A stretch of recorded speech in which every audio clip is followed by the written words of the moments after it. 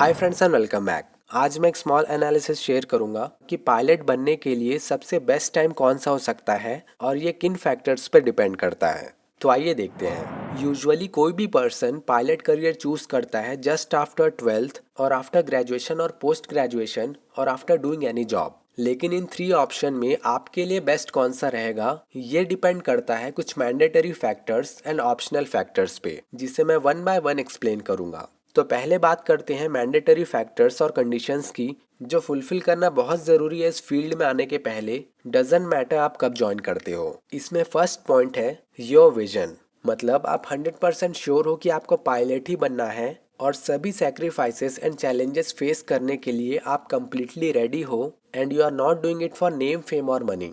ये पॉइंट आपको एकदम क्लियर होना चाहिए, सिर्फ दूसरों को बोलने के लिए नहीं, एक्चुअली में।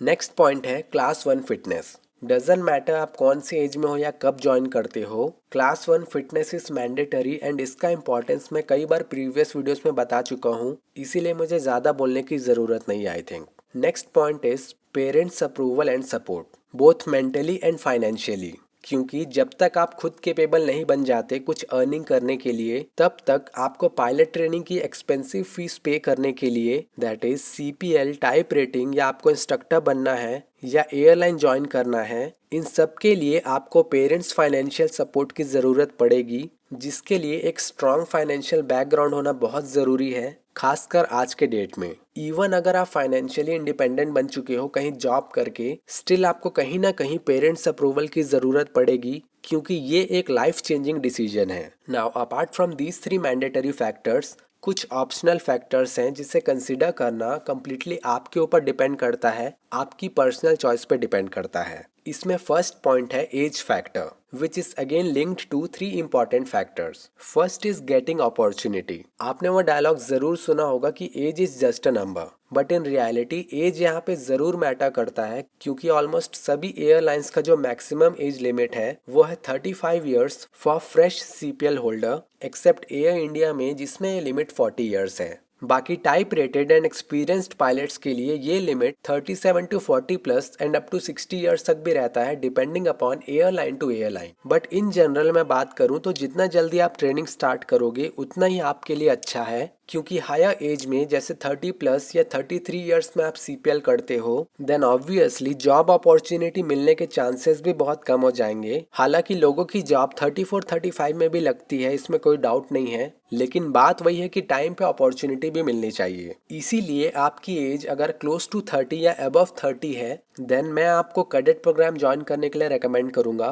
प्रोवाइडेड आपकी फाइनेंशियल स्टेटस बहुत स्ट्रांग हो और ह्यूज लोन लेने की जरूरत ना पड़े। इसी में नेक्स्ट पॉइंट है फिटनेस। जैसे जैसे आपका एज बढ़ेगा आपको उसी के अकॉर्डिंग अपना फिजिकल एंड मेंटल फिटनेस भी मेंटेन रखना होगा, विच is again a challenge. But अगर आप एक डिसिप्लिन्ड एंड हेल्दी लाइफस्टाइल जी रहे हो तो ये कोई बड़ा इश्यू नहीं होगा मेरे ओपिनियन में। बट स्टिल जिनकी एज 25 ईयर्स से ज़्यादा है और जो ऑलरेडी जॉब कर रहे हैं 9 to 5, या जिनका 10 to 11 आवर्स पर डे का वर्किंग शेड्यूल है, उनको मैं सजेस्ट करूंगा कि फिटनेस पे सबसे ज़्यादा ध्यान दीजिए अगर आप पायलट बनने का प्लान कर रहे हो तो, क्योंकि इसी पे आपका फ्लाइंग करियर डिपेंडेंट है। इसी में नेक्स्ट पॉइंट है एक्सपीरियंस एंड सीनियरिटी। ये पॉइंट मेरे हिसाब से उतना मैटर नहीं करता, बट स्टिल जितने यंग एज में आप CPL करके किसी एयरलाइन में जॉब करोगे उतना ही आपके लिए अच्छा है एक्सपीरियंस एंड सीनियरिटी के पॉइंट ऑफ व्यू से। बट अगर आप हायर एज में ज्वाइन करते हो लाइक 30 to 35 ईयर्स में, देन शायद आपको अपने से कम एज के कैप्टन से ऑर्डर्स लेने पड़ेंगे, which again depends upon your perception कि आप उसे किस वे में लेते हो।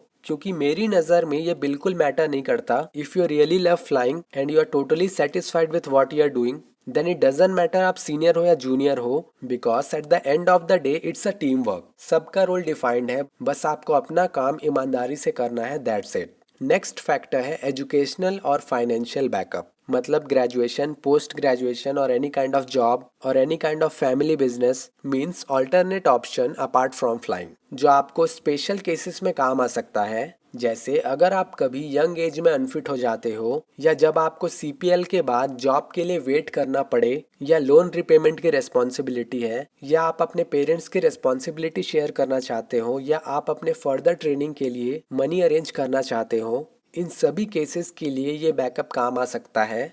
बट इसमें एक इम्पॉर्टेंट पॉइंट है कि किसी भी क्वालिफिकेशन का यूसेज आप एक पर्टिकुलर एज तक ही कर सकते हो, क्योंकि जॉब्स में अप्लाई करने के लिए भी एक लिमिट है हर सेक्टर में, चाहे वो गवर्नमेंट हो या प्राइवेट हो। इसीलिए ये आपको डिसाइड करना है कि आपको बैकअप चाहिए या नहीं चाहिए, क्योंकि अगर आपकी जॉब टाइम पे लग जाती है और आप फ्लाइंग करियर में अच्छा खासा एक्सपीरियंस गेन कर लेते हो, like 8 to 10,000 plus hours, then doesn't matter आप अनफिट हो जाते हो या आपके पास क्वालिफिकेशन है या नहीं, आप खुद से अपना कुछ स्टार्टअप या बिजनेस कर सकते हो, क्योंकि तब तक आप ऑलरेडी फाइनेंशियली स्ट्रांग बन चुके रहोगे अपने सर्वाइवल के लिए। But on the other side आपकी एयरलाइन में जॉब नहीं लगती है इवन आफ्टर 2 3 4 5 ईयर्स, या rarest of the rare case में अगर आप ज्वाइन करते ही 2 3 ईयर्स के बाद अनफिट हो जाते हो, देन ऑब्वियसली आपके पास एक ऑल्टरनेट ऑप्शन या पेरेंट्स का फाइनेंशियल सपोर्ट होना चाहिए। इसीलिए ये पॉइंट कहीं ना कहीं थर्ड मैंडेटरी फैक्टर से जुड़ा हुआ है। इसके बाद नेक्स्ट फैक्टर है ओवरऑल एक्सपेंस। ये बहुत important but highly ignored factor है, बिकॉज एवरी ईयर ट्रेनिंग का कॉस्ट काफी इंक्रीज होता जा रहा है। इसीलिए जितना जल्दी आप ट्रेनिंग स्टार्ट करोगे, आपको उतना ही कम एक्सपेंस लगेगा कंपेयर टू वही कोर्स अगर आप ग्रेजुएशन या पोस्ट ग्रेजुएशन या इवन जॉब के बात करते हो, क्योंकि टेक्निकली 12th के बाद कोई भी डिग्री या क्वालिफिकेशन मैटर नहीं करता एविएशन में। हाँ, as a backup broad exposure and knowledge के लिए सही है, बट प्रैक्टिकली सोचो तो ग्रेजुएशन और पोस्ट ग्रेजुएशन का कॉस्ट आपको अलग से बेयर करना पड़ेगा। इसीलिए जितना लेट में आप अपना ट्रेनिंग स्टार्ट करोगे, उतना ही ज्यादा कॉस्ट आपको बेयर करना पड़ेगा, क्योंकि आप हिस्ट्री उठा के देख लो किसी भी फ्लाइंग स्कूल या कैडेट प्रोग्राम की, सभी का कॉस्ट लास्ट 7 to 8 ईयर्स में ऑलमोस्ट डबल हो चुका है, एंड आने वाले टाइम में भी ये डेफिनेटली इंक्रीज होता जाएगा। इसके बाद नेक्स्ट पॉइंट है market research. Means aviation industry में एक्चुअली चल क्या रहा है एट प्रेजेंट, और नियर फ्यूचर में ग्रोथ की क्या पॉसिबिलिटी है, किस एयरलाइन में ज्यादा अपॉर्चुनिटीज हैं, किस एयरक्राफ्ट की डिमांड ज्यादा है। ये आपको खुद से एनालाइज करना होगा प्लानिंग करने के लिए कि आप जो भी डिसीजन आज ले रहे हो उसका नियर 6 मंथ्स या 1 ईयर में क्या पॉसिबल इफेक्ट हो सकता है। हालांकि मार्केट डायनेमिक्स किसी के भी कंट्रोल के बाहर है, बट सही जगह पे सही टाइम पे होना और सही डिसीजन लेना is very very important in this field. अगर आपको इस गेम में आगे रहना है तो चीजों को रियलिस्टिक पॉइंट ऑफ व्यू से समझना जरूरी है, जिसके लिए आपको हमेशा अवेयर रहना होगा। ऑन द अदर साइड अगर आप फाइनेंशियली स्टेबल हो और मनी फैक्टर ज्यादा मैटर नहीं करता आपके लिए, देन मार्केट कंडीशन जो भी हो आपको इससे कुछ खास फर्क नहीं पड़ने वाला। तो एट द एंड कोई भी ऑप्शन चूज करो, सबके अपने प्रोज एंड कॉन्स हैं, एंड ये आपको देखना होगा कि कौन सा पॉइंट आपके ऊपर एप्लीकेबल है एंड सबसे सेफ एंड कन्वीनियंट ऑप्शन आपके लिए कौन सा रहेगा, क्योंकि आप सभी की family financial condition and situation अलग अलग है। इसीलिए सही डिसीजन लेना टोटल आपके हाथ में है, आपके अवेयरनेस एंड अंडरस्टैंडिंग पर डिपेंड करता है। सो आई होप इस वीडियो से आपको कुछ हेल्प मिला होगा। Thanks a lot for watching. मिलता हूँ नेक्स्ट वीडियो में, तब तक stay fit, keep learning and take care.